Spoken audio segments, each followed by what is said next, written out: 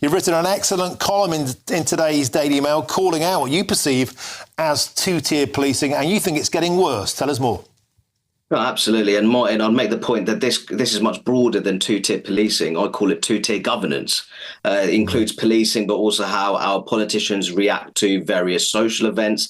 It does involve our criminal justice system as well. Now, looking at Notting Hill Carnival, we saw 334 arrests, 50 police officers injured, dozens of people arrested for possession of an offensive weapon. We saw 8 stabbings over a period of 2 days, 3 left with life-threatening injuries, one being a 32-year-old mother who was with her child on so-called Family Day. And I would make this point. There's been hardly any political condemnation of this violence and criminality. And if this took place at, say, a St. George's parade, St. George's Day parade, which was celebrating Anglo-Saxon traditions and culture, I can guarantee you that the political reaction would be very different. There would be plenty of condemnation. So I think here what we're talking about is how our politicians react to various social events, depending on the background, the ethnic, racial and religious background of those involved. And Rakib, you draw excellent parallels with the grooming gang scandal, Indeed. with the pro-Palestine protests, the Black Lives Matter marches, and you make an excellent point, I think, very beautifully at the end of your article, where you talk about Lady Justice on the Old Bailey with a blindfold, and you make the point that you feel that our political class, our media class, they're also, in a sense, blindfolded. They don't want to see the truth before them. Why do you think that is?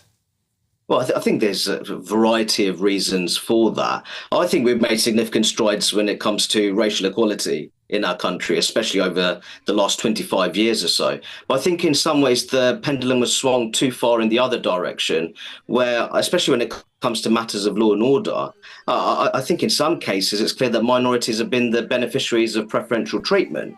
You talked about the grooming gang cases, especially in Greater Manchester, which is very relevant because, as you know, with the Manchester Airport incident, where one female police officer was left hospitalised with a broken nose, people reacting to that incident by saying that this actually demonstrated how Greater Manchester Police, in some ways, is uniquely heavy-handed when it comes to men of Pakistani Muslim heritage.